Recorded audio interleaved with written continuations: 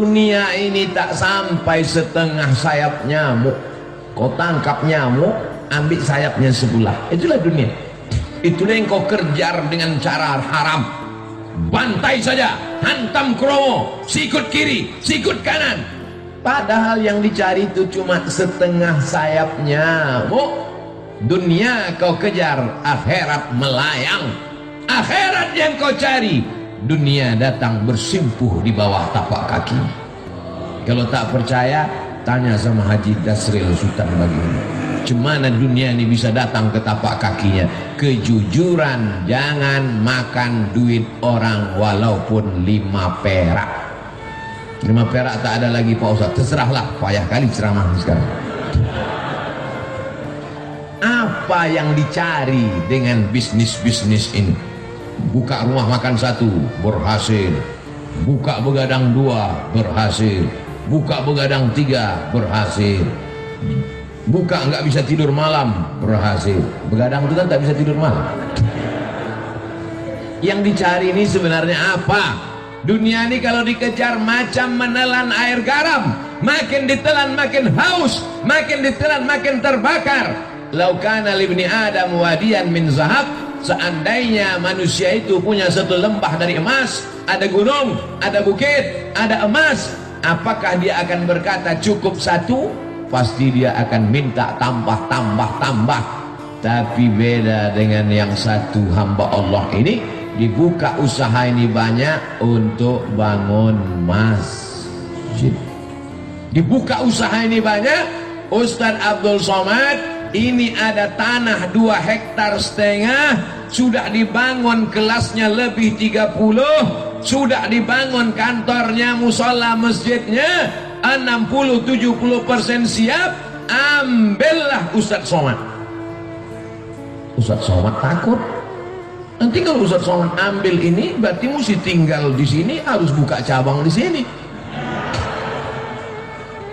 Haji, saya kemari dalam setahun cuma 3 kali saja, karena saya ada tim 14 dari Sabang sampai Papua, Brunei Darussalam, Sarawak, Malaysia, dan dunia ini semuanya.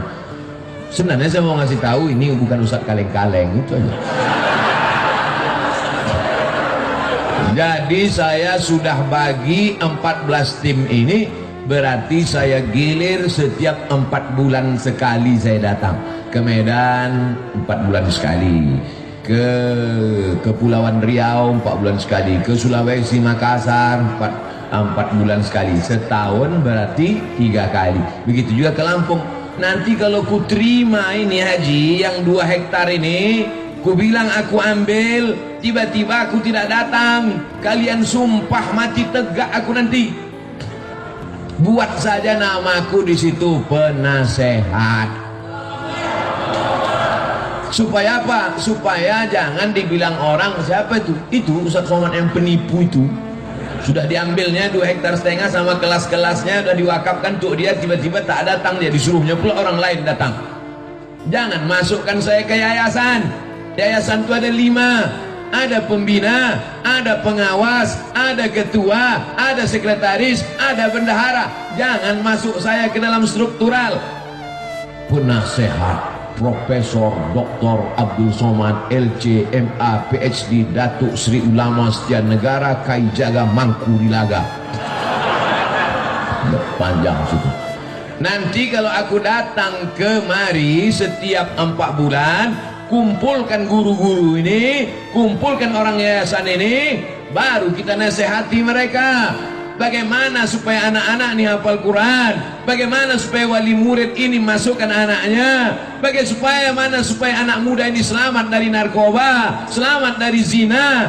Maka kita nanti berkawan di dunia, bertetangga kita di surga insyaallah haji. Karena kalau sampai ku ambil 2 hektar ini harganya 1 meter berjuta bermiliar, datang jahat otakku nanti, datang khianatku nanti. Aku ingin jangan sampai kita rusak hubungan gara-gara harta dan materi.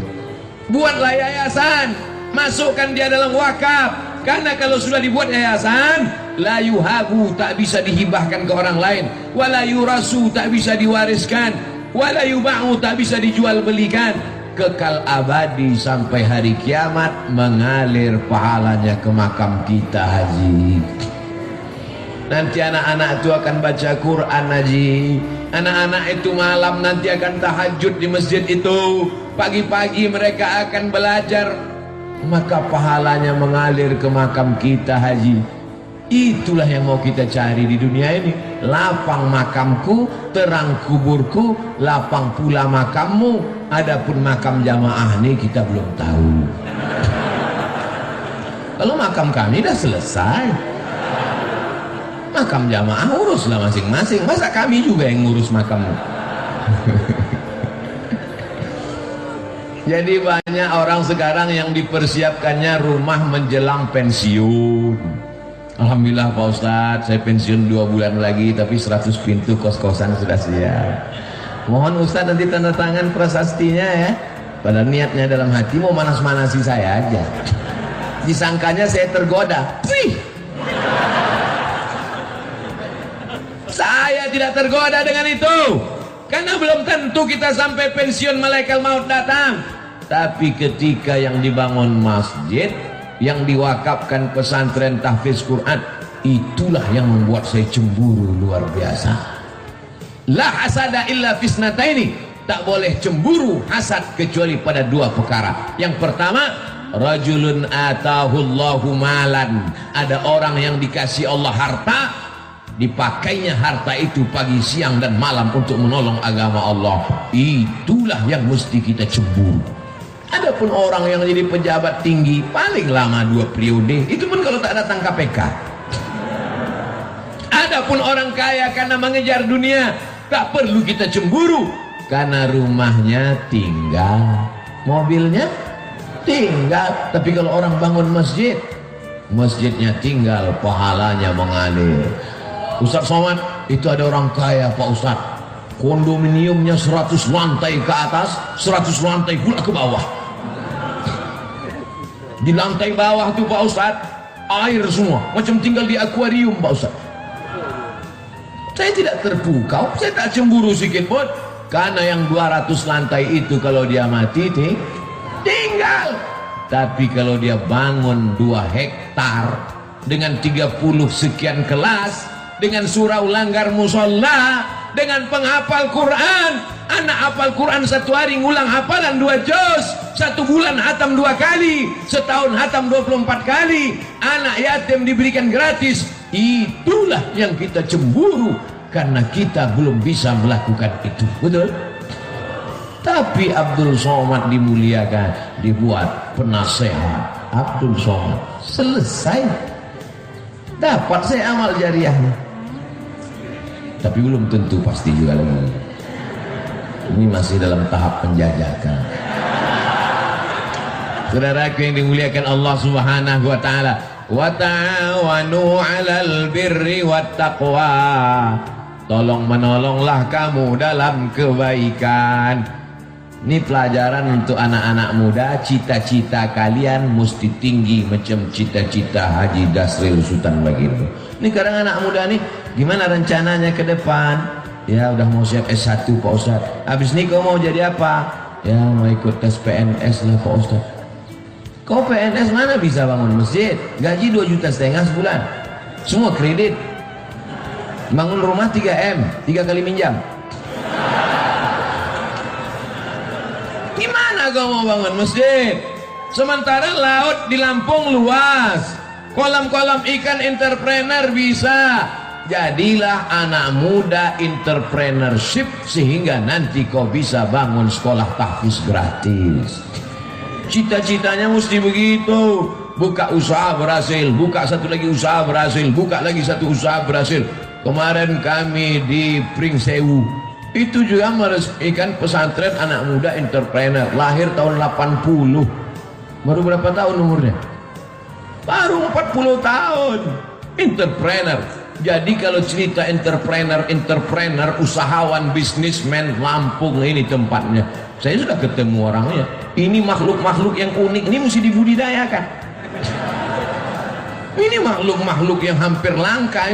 Mereka ini satu spesies dengan dinosaurus. Mudah-mudahan ilmu-ilmu mereka ini menular ke anak-anak muda di Lampung. Ini banyak anak muda ini tidak punya kreativitas, pergi kuliah pakai motor, knalpot disunat, pas lambat kiriman stres, passwordnya 3 huruf, mak minta duit. Apa ini? Makanya makhluk-makhluk yang unik ini saya sarankan mereka menulis buku. Bukunya adalah Alam Terkembang Menjadi Guru. Mereka tidak berguru di kelas, mereka tidak berguru kepada buku, tapi mereka menjadikan alam pengalaman perjalanan hidup mereka menjadi guru, sehingga mereka menjadi orang yang sukses dan berhasil sampai hari ini. Untuk menjadi sebuah sebatang sekuntum bunga, dia mesti bertunas, dia mesti berbatang, dia mesti bercabang, mesti selamat dari hawa, mesti selamat dari wereng, mesti dijaga akarnya, mesti disiram, barulah menjadi sekuntum bunga, bukan bunga plastik. Untuk jadi bunga saja prosesnya luar biasa, apalagi menjadi orang yang menghambakan diri kepada Allah. Sudah berapa poin saya sampaikan? Pertama, dekat dengan ulama. Yang kedua, jujur, jangan berkhianat, membohong, dusta, tipu-tipu. Yang ketiga, cita-cita jangan mengejar dunia, tapi bangun masjid, menyebarkan pendidikan Islam, Allah akan tolong. Yakin dengan pertolongan Allah? Innaka la tukhliful